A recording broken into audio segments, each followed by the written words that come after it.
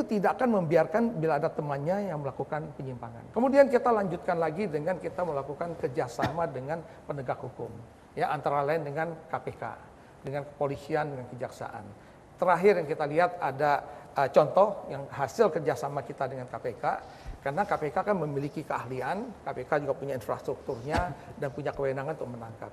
Jadi yang berakhir dengan kita lihat tadi, yang apa yang terjadi beberapa minggu yang lalu, bahwa ada salah satu petugas pajak yang ditangkap yang sedang melakukan transaksi dengan penyuapnya. Jadi penerima suap dan penyuapnya tertangkap basah.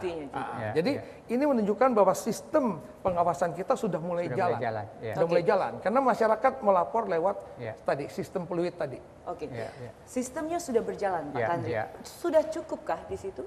Saya kira begini, manajemen daripada Dirjen Pajak ini relatif kompleks. Kompleksitasnya itu karena tidak saja mereka harus memanajemen internal organizations, tetapi juga external organization. Tadi dijelaskan bahwa selain daripada bagaimana mengurangi potensi-potensi penyelewengan di dalam itu melalui sistem, tapi kan ada juga dari luar yang berupaya untuk memberi sogokan itu misalnya. Itu kan di luar kewenangan beliau. Mereka tidak bisa mengontrol orang-orang itu gitu. Nah, kala ini terjadi, maka lembaga yang menanganinya itu lembaga hukum misalnya ya. Juga tidak dibawa kontrolnya langsung. Tetapi saya senang sekali mendengar bahwa kerjasama misalnya dengan KPK sudah dilakukan. Sehingga ini sangat membantu proses. Karena kalau misalnya yang namanya pelanggar maupun penyuap itu tidak mendapat hukuman yang setimpal, maka insentif untuk melakukan lagi masih tinggi. Tapi kalau dipunish, dan itu bukan lembaganya beliau, tapi lembaga penegak hukum itu korek, maka ini akan bisa mengurangi secara drastis insentif untuk melakukan hal-hal yang tidak benar itu gitu ya. Tetapi paling tidak sistem sudah ada sampai kepada whistleblower system. Ini penting sekali.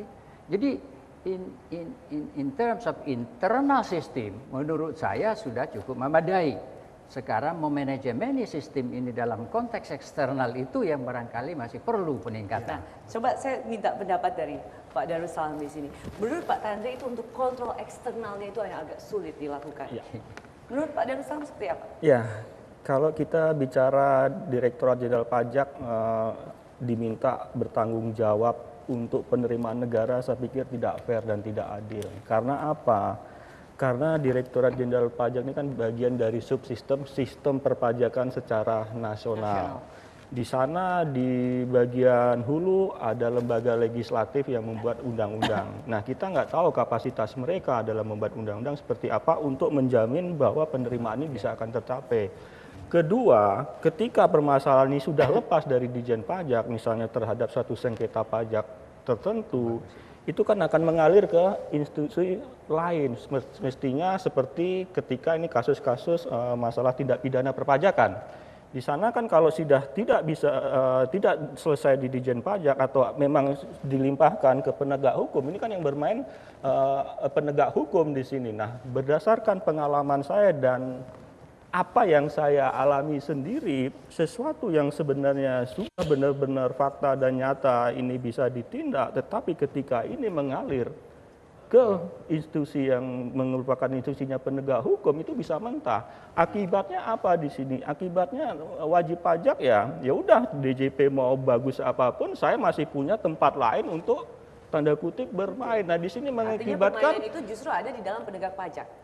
Bukan penegak hukum di bidang yang lain gitu. Nah, ini menarik sekali nih Pak Tandri. Jadi saya kira yang dikatakan Pak Darussalam itu penting sekali bahwa sebuah institusi seperti Direktorat Jenderal Pajak itu adalah subsistem daripada seluruh sistem pemerintahan dan manajemen negara kita ya. Jadi ada lembaga penyelenggara negara itu kan eksekutif, legislatif tadi disebutkan bagaimana undang-undangnya, apakah itu benar atau tidak. Kemudian yudikatifnya bagaimana pelaksanaan daripada penegakan hukum itu sendiri. Nah, jadi teramat penting bahwa tidak saja hanya satu lembaga yang dibenahi, maka reformasi harus dikembangkan di seluruh institusi Republik ini. Kalau hanya salah satu saja yang sudah reform, yang lainnya belum, maka tetap terjadi ketimpangan. Inilah yang sekira terjadi sehingga kasus-kasus yang mestinya bisa tuntas tidak tuntas, sehingga menyebabkan seperti yang apa yang saya katakan tadi, masih belum cukup disinsentif untuk tidak melanggar. Itu karena lembaga satu yang harus memberikan ganjaran atau disinsentif itu ternyata tidak melaksanakan tugasnya dengan baik. Berarti kita akan bicara mungkin di segmen berikut bagaimana koordinasi komunikasi antara Direktorat Jenderal Pajak dan juga pihak-pihak yang terkait dalam hal ini. Pemirsa, temukan jawabannya sesaat lagi. Ya, terima kasih pemirsa, Anda masih bersama kami di Managing the Nation with Tanri Abeng. Dan kalau Anda menyimak dari pembicaraan terakhir kami membahas tentang bagaimana komunikasi dan koordinasi yang dilakukan oleh Direktorat Jenderal Pajak dan juga pihak penegakan hukum di sini. Yang ternyata dari beberapa kasus yang ada, justru pelanggaran itu terjadi pada para penegak hukum. Bagaimana Anda melihatnya dari sisi ini, Pak? Menurut saya dalam konteks perpajakan nasional suatu negara, dimanapun di negara di dunia ini harus sinergi semua ketiga lembaga ini. Tidak bisa kita atau masyarakat menuntut hanya Direktorat Jenderal Pajak saja yang mereformasi diri. Sedangkan institusi yang ada di dua lembaga lain, terutama di lembaga penegak hukumnya, kalau tidak ikut mereformasi diri, apa yang dilakukan oleh Direktorat Jenderal Pajak, saya bilang akan bisa menjadi sia-sia. Karena apa yang sudah dilakukan, sudah diungkapkan semua di Ditjen Pajak, ternyata ketika itu beralih ke institusi, di bawah institusi penegak hukum, semua pengalaman saya, beberapa saya juga ikut terlibat, itu banyak mentah kembali. Artinya apa nih? Artinya bagi saya sekarang kepentingan nasional inilah yang artinya ginilah, kalau memang kita ingin pajak ini menjadi primadona penerimaan negara kita, harus mereformasi semua institusi yang berkepentingan terkait dengan pajak di tiga lembaga ini. Tidak boleh hanya Direktorat Jenderal Pajak. Ya, itu pendapat saya. Gak adil sekali hal hanya Direktorat Pajak yang disorot, sementara sebenarnya banyak pihak-pihak terkait. Solusi manajemennya apa?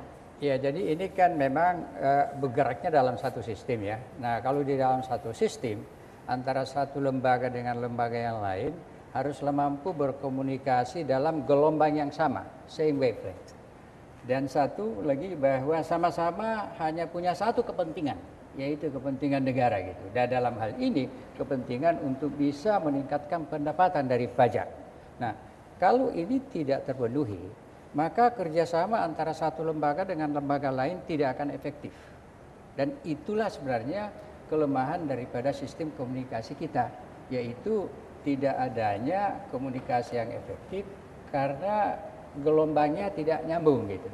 Dan yang tidak kurang pentingnya adalah bahwa memang harus ada komitmen dari pemimpin bangsa, baik legislatif, yudikatif, sama eksekutif, bahwa kita semua ini penyelenggara negara. Kita bertanggung jawab untuk rakyat, dan oleh karenanya kita bekerja hanya untuk satu, apa yang terbaik bagi rakyat. Nah, dalam konteks perpajakan adalah bagaimana kita bisa meningkatkan penerimaan pajak yang begitu penting untuk pembangunan bangsa ini. Di situ saja. Sekarang kita itu poin penting, meningkatkan pendapatan negara dari sisi pajak. Itu artinya membangkitkan kesadaran masyarakat untuk membayar pajak. Di situ poin pentingnya di situ. Nah, kira-kira Pak Fuad, menurut Anda sejauh mana kesadaran masyarakat untuk membayar pajak? Kalau menjawab itu kesadaran masyarakat, saya pakai angka aja ya. Artinya jumlah orang yang bekerja di Indonesia ada 110 juta. Ya, orang pribadi yang bekerja. Nah, data kami menunjukkan bahwa orang pribadi yang bayar pajak di Indonesia itu baru sekitar 25 juta orang. Ya. Jadi artinya masih puluhan juta orang pribadi Indonesia yang belum bayar PPh orang pribadi. Kalau kita bicara badan usaha, kan ada pajak penghasilan badan usaha. Itu badan usaha di Indonesia kalau menurut datanya BPS itu 22 jutaan ya. Tapi yang punya domisili tetap itu sekitar 12-an juta. Sementara data kita pada tahun lalu, perusahaan badan usaha yang menyerahkan SPT pada Direktorat Jenderal Pajak hanya sekitar 500.000, bahkan nggak nyampe, jauh sekali. Jadi masih jutaan yang belum membayar pajak. Pak Fuad sendiri punya kiat untuk meningkatkan kesadaran masyarakat membayar pajak? Ya, tentunya kita banyak yang kita sudah lakukan selama ini, strategi di dalam meningkatkan kesadaran masyarakat ya tentunya dengan pendidikan, dengan sosialisasi ya. Tapi tentunya juga dengan tadi penegakan hukum itu menjadi penting gitu. Kami di Direktorat Jenderal Pajak tentunya juga ada Direktorat Pemeriksaan ya. Kemudian ada pemeriksaan, ada penyidikan di situ. Nah, di sini ini adalah suatu bagian penegakan hukum di Direktorat Jenderal Pajak. Tapi seperti tadi Pak Darussalam katakan itu benar sekali. Tapi setelah di sini di penegakan hukum di Direktorat Jenderal Pajak, ini kan nanti akan berlanjut lagi di penegakan hukum institusi lain. Nah, ini memang rangkaian ini harus benar semua gitu. Supaya kemudian ada semacam masyarakat tuh ada kekhawatiran kalau dia tidak bayar pajak, maka dia akan kena hukuman. Nah, ini nampaknya memang kita masih lemah di sini. Ya, itu salah satu penyebabnya. Oke, saya ke Pak Tandri. Mungkin di situ ada catatannya Pak, reward and punishment. Apakah itu mampu membuat masyarakat Indonesia ini untuk lebih tergugah lagi sehingga penerimaan pajak kita bisa lebih ditingkatkan? Ya, pertama reward ya.